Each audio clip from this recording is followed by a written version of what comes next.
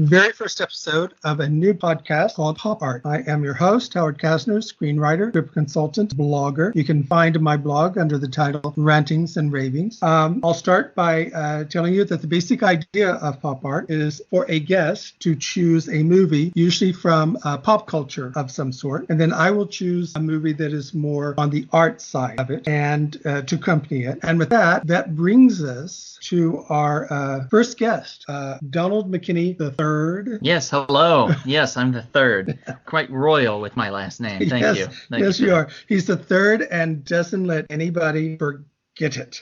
Yes, indeed. Yes. So why don't you go ahead and tell us just a little bit about yourself? Sure. I am an avid comic book fan. I am an avid movie fan.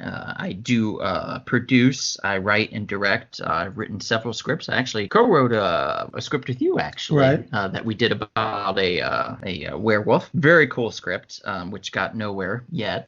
I say. It's always yet. It's yes. never. It's always yet. It's not. It's never going to happen. It's someday. So yes, I do that. I produce. I'll be working on a horror film this summer in Ohio, and I direct. I actually directed one of your short scripts that you wrote as well. 8 conversations in 15 minutes, 58 seconds. Yes, yeah, quite the title. But yeah, so we've known each other for quite some time. Howard and I enjoy his opinions on movies and stuff, so I was happy to come aboard. Even when I'm wrong. Yeah, even when you're wrong. Which is quite often, isn't it? Yes, occasionally, but thank you for having me. I appreciate it. So Donald has chosen the exciting action film Raiders of the Lost Ark, and in turn, I chose the John Huston Humphrey Bogart masterpiece, The Treasure of the Sierra Madre, because basically they're both about the search for treasure. So to begin, let's start with Raiders of the Lost Ark. I'll give some basic information. It was released in 1981, directed by Steven Spielberg, screenplay by Lawrence Kasdan, from a story by George Lucas and Philip Kaufman. Of course, stars Harrison Ford, Karen Allen, John Rhys Davis, Denholm Elliott, and Alfred Molina in his very first role, with, of course, the wonderful music by John Williams. So why did you select this film? Well, I mean, the name of your podcast is Pop Art, right? So I thought, well, what's very pop culture-ish? What speaks to you when you think movies? What is a movie that exemplifies a certain category, action, adventure? Instantly, in my mind, it's Indiana Jones. Right. Indiana Jones is a character that almost everybody knows about, and for me, it was a great series until the fourth, and where everything was action packed and fun and enjoyable and adventure, and it was something that I could sit down and watch with my parents when I was a kid, because there was some roughness to it, but not enough to make them go, oh, you can't watch that. So it was family safe, in other words, too. So I enjoyed that aspect of it, and I enjoyed the adventure when I was a child. So I thought that would be a really good one to start out with. Yeah, it's very interesting because you've actually chosen a pop culture movie that is inspired or based on another pop culture phenomenon, which was the weekly serials, the Saturday matinee serials in the 1940s. I've seen 2 of them. I saw the Batman one and the Captain Marvel one. And this is basically taking all of those and putting them into all the different episodes, putting them into one movie. Kind of like the Flash Gordon too, right? Right. Back then, yeah. Which the big advantage is if you see them, the old ones, all in one day, you have to see the opening and closing credits over and over and over. You don't have to do that with Raiders of the Lost Ark. Yeah. He removed all of that. Right. Thankfully. So when did you first see it and how did it affect you then? Well, I was a kid. I was young. I was probably, probably 8 years old, maybe 9, somewhere around there. Just old enough to understand and get everything and old enough to be able to handle some of the violence that was in there. Because, even when you're younger, your parents worry that you're going to go out and beat up everybody because you watched something. So they felt I was mature enough, so they let me watch it. And it affected me in a way that I hadn't seen too many adventure films be adventure films. In other words, everything was very Disney-esque in my childhood. As far as like when I was younger, I watched a lot of animated films, particularly with my mother. In fact, to this day, my mother watches primarily animated films. It's just something she's always loved and always enjoys. For me, I branched out over time. I would watch a lot more adult themed movies and stuff with my father. My mother would stay out of that picture because she didn't enjoy that kind of stuff. So it would be me and my dad watching more adult films at night. And I'm not talking porno, guys. I'm talking, I wasn't going to say, whatever happens in the privacy of your own home. Right. This is Ohio we're talking about. I don't care. So, it was a little more of a sophisticated level and a little more violent. And I think I kind of I got attached to that, and it became sentimental for me almost, in that I knew I was getting a fun story and an adventure when I would watch an Indiana Jones film. So I was very, very into that as a kid. So that's when I picked it up and started to run with it. I actually saw it before it opened. Really? There was a sneak preview the night before it opened, and I had two friends who were very interested in seeing it, and why not? I mean, with Star Wars and everything. Right. So it looked very interesting, and we went and saw it, and I guess it's safe to say that we had never quite seen anything like it. Mm-hmm. It was very different. One of the things that happened in the 70s and 80s is that films or genre of films from the 40s and 50s that were sort of considered B films, a lot of crime films, horror films, sci-fi films, these kind of adventure films, the serials, they were all Bs, and mainstream directors wouldn't touch them. Right. Generally speaking, there are always exceptions. Generally speaking, they wouldn't touch them. Mm-hmm. Then the 60s and the 70s and the 80s, all of a sudden you get Rosemary's Baby, you get The Exorcist, you get Star Wars, you get Close Encounters, E.T., and now you get Raiders of the Lost Ark. Right. So basically, they took these genre films and they made them A films instead of Bs now. And I was on a podcast once with The Haunting that Robert Wise did The Haunting after, and we were going, why would he do this after West Side Story? But he actually wanted to do a horror film. So now we had a group of directors raised on movies that wanted to do these B type of films that they saw. Yeah. As children. What is like one or two of your favorite parts? Oh, in Raiders of the Lost Ark? Sure. Jeez. Okay, so I would say probably the bar scene. Yes. When he first meets what is her name? Karen Allen. Karen Allen, thank you. I'm so terrible with names. Miriam. When he meets her again, and we get reintroduced to, so to speak, but we're reintroduced for the first time, and they're getting reintroduced. That was just so much fun. Like when she's going to beat somebody over the head with something, and they shoot a barrel of liquor or beer or something, and it starts pouring out, and she opens her mouth and takes a swig of it and then starts to do an action. That to me was fun. It was just silly, campy, but it was also really well coordinated. It was choreographed beautifully. So it was a lot of fun to watch that whole thing play out, particularly when that evil Nazi guy in all black grabbed the top of the staff, and it melted into his hand, and then he went bursting through the window and running out to cool off his hand and stuff. That to me was a really classic scene, so I very much enjoyed that. That was one of the ones that when we saw it we actually talked about, because that was a different kind of heroine. The 70s and 80s, even the 60s, are not necessarily known for their great depiction of women. They're often highly neurotic or evil, or the Nurse Ratched from One Flew Over the Cuckoo's Nest or Network. Right. But here, what is the first thing she does when she meets Harrison Ford? She hits him. Yeah. And that was great. Yeah. We thought that was just absolutely wonderful. She hits him and tells him to eat shit, basically. Yeah, she can outdrink everybody in the bar. She owns the bar. It is her bar. Yep. It is her place. She's chosen sort of to live there. She says she'd like to get out of there, but she's basically chosen to live there. And that was a very different heroine. And it's interesting how they really took a step back within the sequel, which was actually supposedly a prequel to Indiana Jones. And when they did the Temple of Doom with the female lead in that one, they really took a step back, because she was all about Indiana Jones saving her the whole time, which is just your typical trope female character in any film up until the 40s and 50s and stuff like that. We would see that all the time. So Karen Allen's character was definitely a step in the positive female direction, as far as like showing very strong female characters. Yeah, she can pretty much take care of herself. Right. So I very much enjoyed that.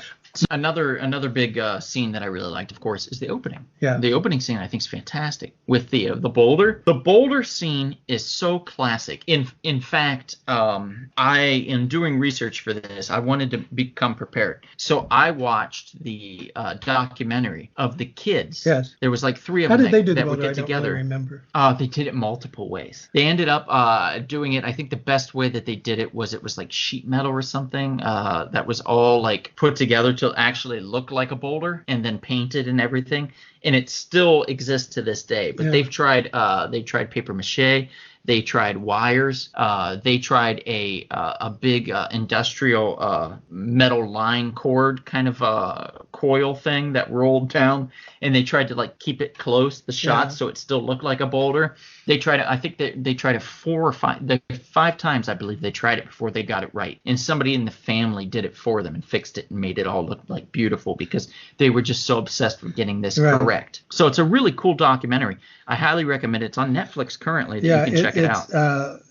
It's Raiders of the Lost Ark, the remake, I think it's called. Yeah, something like that. Yeah. Yep.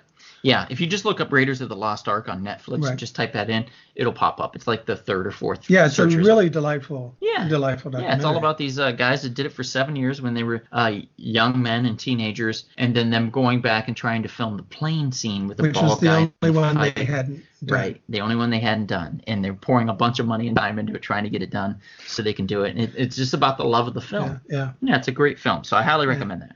The more and more I see it, because I don't know if this is the 4th or 5th time I've seen it, you do start to think about a scene like that, because that's the way my mind works. And I'm thinking, how could anybody ever build a cave like that? I mean, they can never, the people who built it originally, they can never get the idol again.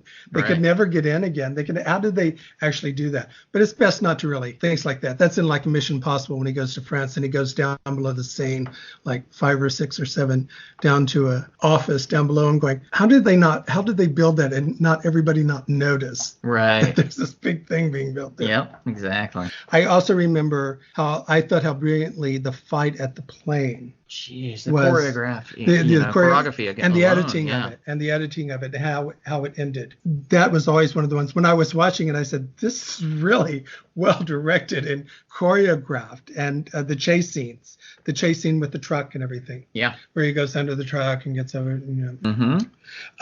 There are 2 interesting aspects of it that might be interesting to discuss. One is, one of the critics at the time said this, but there's a point where Indiana Jones has a choice between Marion and the Ark, and he hesitates.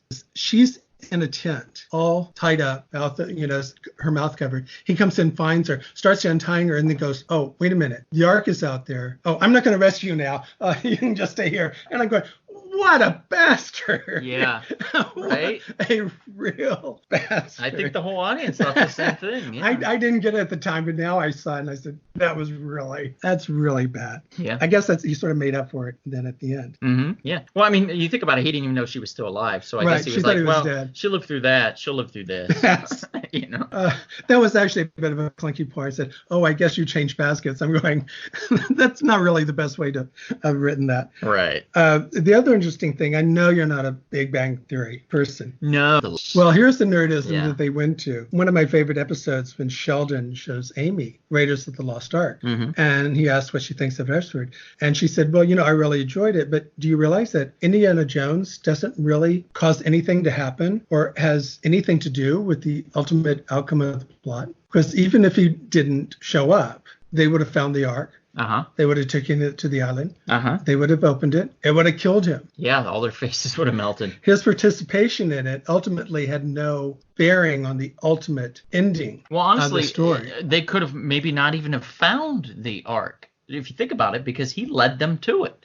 Well, not exactly, because the reason why they had a problem was because he rescued Marion with the the thing that goes on top of the stake. Yeah. They only know because they only have one side of it because he burned his hand on it. Right. If he had never shown up, they would have had the whole thing from her. Oh, that's true. And then they would have just gone and they would have found. Yeah. And it drove Sheldon up the wall. He just kept trying to find some way. Now, he does affect the plot.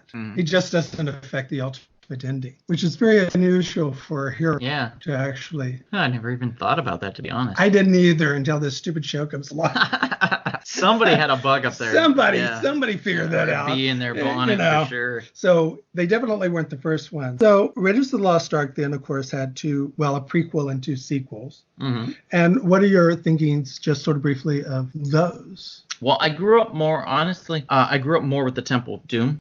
Temple of Doom was something that was playing all the time on TV because it was newer at the time. So, and the Last Crusade hadn't come out at that point when I was young. So I watched Temple of Doom way more than any of the others, which is funny because it's like the least, in my opinion now, least quality of the three. And I don't even count there being a fourth at this point. I don't think there was one. I fell and something happened and I thought maybe they made a fourth, but I guess they didn't. No, they made a fourth. They're going to make a fifth. Oof. Anyway, so the Temple of Doom was something that I grew up around, so I very much enjoyed that, and particularly the Gators and stuff like that, and the Kalima, and all that stuff. It was in like her reaching her hand in that thing to turn the lever because the room's closing in on him and stuff. Eating all the that frozen monkey brains. Yeah. Oh my God. And cutting that snake open and all those other little snakes slither out and they grab it and eat it. Gross. Disgusting. As a kid, I was like, this is nasty. So I remember that one the most, to be honest. But my favorite one is The Last Crusade. That, I think, is unfairly maligned.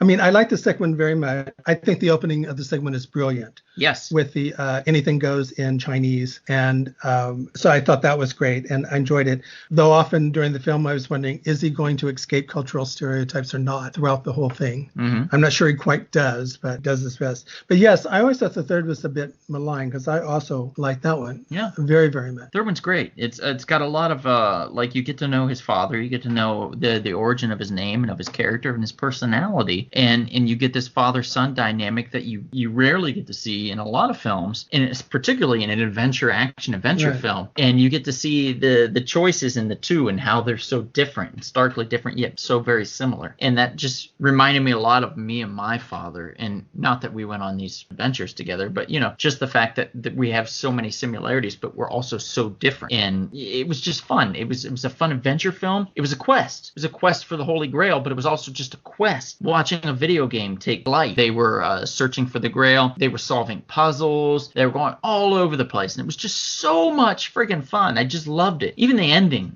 was a lot of fun with it. He was going through the trials and stuff and trying to figure out what they meant. It was great. So that one probably is my favorite one out of the four or the three, depending on who you are. A couple of things I remember most about it is it has more Denholm Elliott in it, and I love Denholm Elliott. That's the sort of his superior at the college in the first one. And he has more to do in this one. He wears all white. Yeah. And Indiana Jones is like, he'll blend in.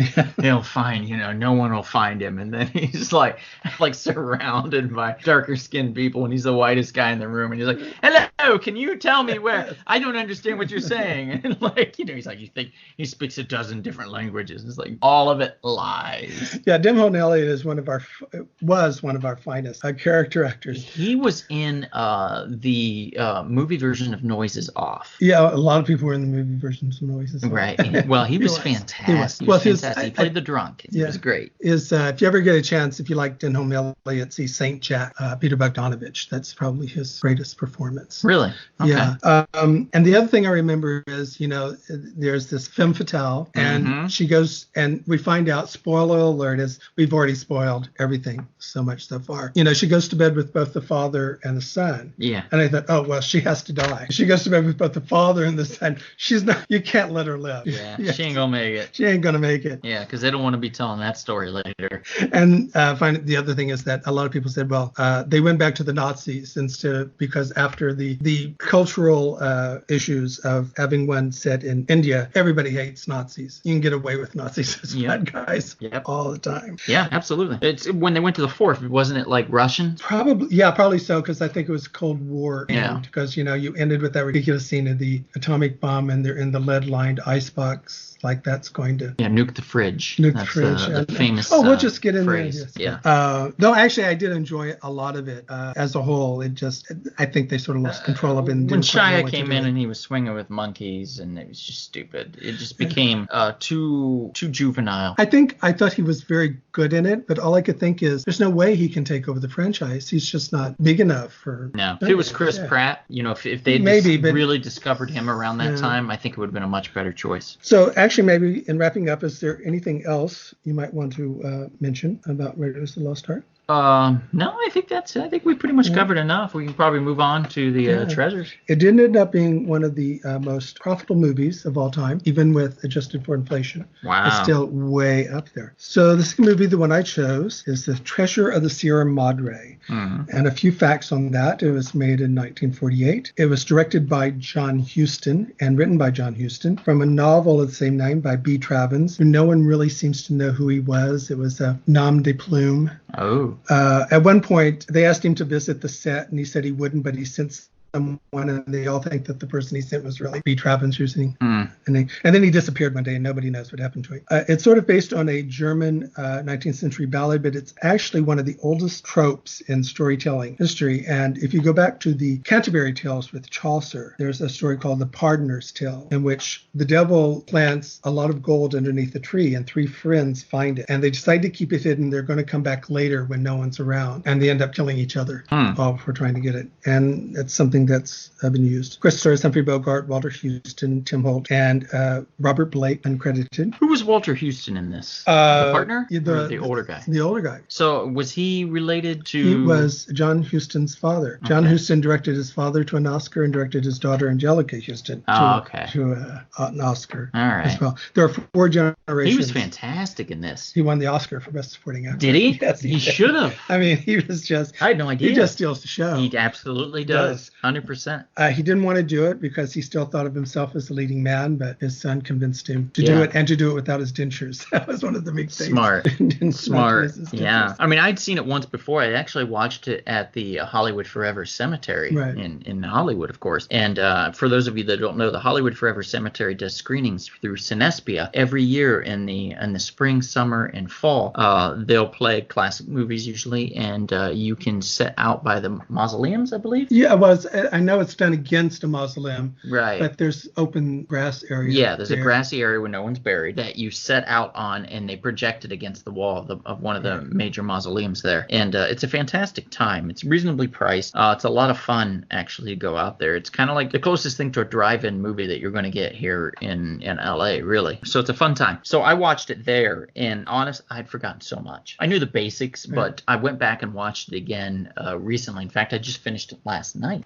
So I'd watched pieces of it, and I thought, well, I'll get back to it. And then, I never did. And then I finished it. Finished it up last night. It is a long movie. It's more than 2 hours. Yeah, and it tells such a simple tale. They really drug them on in the 40s and 50s. They really drug stories out, it feels like, and unnecessarily so. I think this film could have easily been done in an hour and a half, to be honest, like in today's standards. But I did like all the characters. Even Bogart, for me, Bogart has always been somebody that I never felt deserved what he got as far as like the quality of his acting and what he put out there. I was never that interested in the man, and I never thought he was that great. But him playing a more villainous role, I think, really worked, and it really set a different tone for him. And I think it diversified who he was in my mind and made him more of an interesting person in general. And I appreciated that. I do like the movie a lot more than you. I think it's one of the great movies, one of the greatest movies ever made, and one of the greatest American movies ever made. I think one of the reasons why it is so long, and I sympathize with that, I'm not criticizing you for that, is that it's trying to be more than an adventure thing. It's also trying to be a poetic morality tale. So yes, I think John Huston kind of pushes things and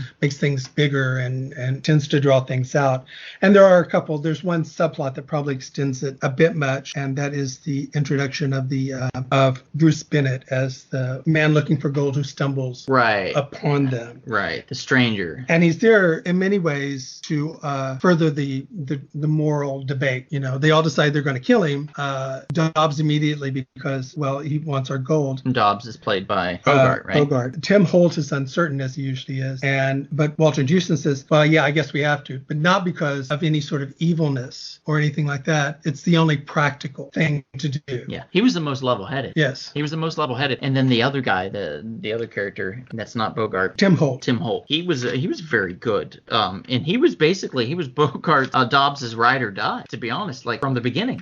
They had formed a bond and a friendship. And to watch how that separated and one went left and the other went right, how things went went so sour between the two of them to the point where Dobbs really thought, tried to kill him. Yeah. And thought he got away with it. It was fascinating to me. And I'm sort of going, you can kill Dobbs now. You have every right to. He tried to, and he still wouldn't do it. He just wouldn't bring himself to do it. Nope. Another way you can think of it is they're the id, the ego, and the super ego from Freud. Id is the primitive instinct, and that's Bogart. He's just all id. Right. Ego is the realistic part that mediates between the two extremes, whereas the superego is moral conscious. And so the moral conscious is Curtin, that's Tim Holt. And then you have Walter Houston, who's the ego in between, mediating between the two. This is also true of Star Trek, the series, the original series, if you want, with Kurt, Spock, and Spock is the superego, the Doctor is the id, and Kirk is the ego that mediates between the two. And I think that's another reason why. But yes, Tim Holt had a strange career. He started out as a B actor, then did these incredible movies like Stagecoach, Magnificent Ambersons, and Hitler's Children was a huge hit, and then ended up going back being a B Western movie guy again afterwards. I always thought it was very strange, but I think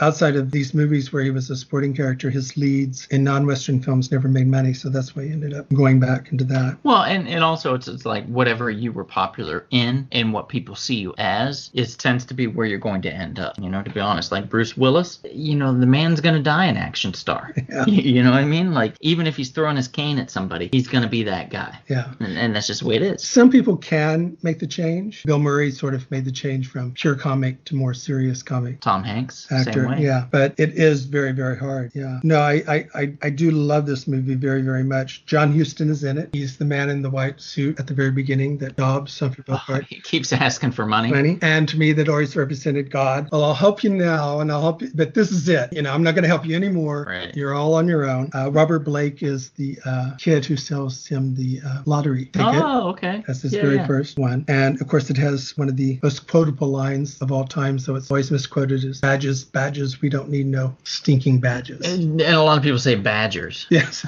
Badgers. We don't need no stinking badgers. Yeah, I wondered if that was where that came from. It's where that line came from. Originated from. Yeah, when I saw it, I was like, I'll be damned. I bet that's it. Yes, that's where we get that line. Yeah, the Banditos or Whenever whatever. anybody asks me for matches, they go, matches.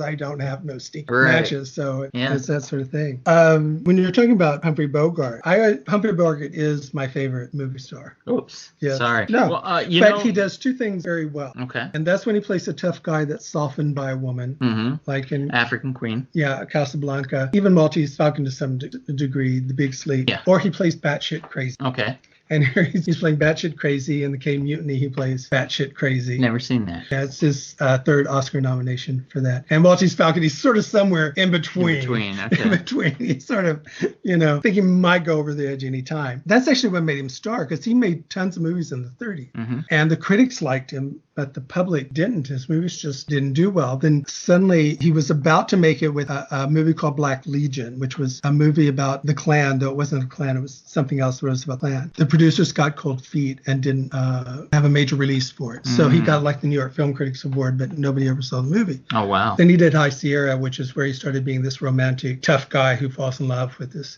younger woman, and then Casablanca. And that's when his career took off. I'm trying to think if there's anything else I want to... Sierra Madre did win 3 Oscars. It won Supporting Actor, Director, and Screenplay. It lost the picture to Hamlet. Ugh. It was nominated for God, picture, but it lost the picture to Hamlet. Really? Yes, it did. I bet that was a mistake. I think people look back, and even people like Hamlet probably say, no, it probably shouldn't have won Best Picture. There are a lot of those moments. And there still are. So I think, is there anything else about Treasure of Sierra Madre? I don't think there's anything else I want to add. I mean, I think the fact that when they lost all the money at the end, and then the old guy was like, I'm going to go back to being worshipped. Yeah, he's laughing. I'm going to go back to being worshipped by these tribesmen that see me as their medicine god. And the other guy, he was like, the old guy was like, well, the guy that got killed, that was like showed up mid-film. Bruce Bennett, yeah. Right.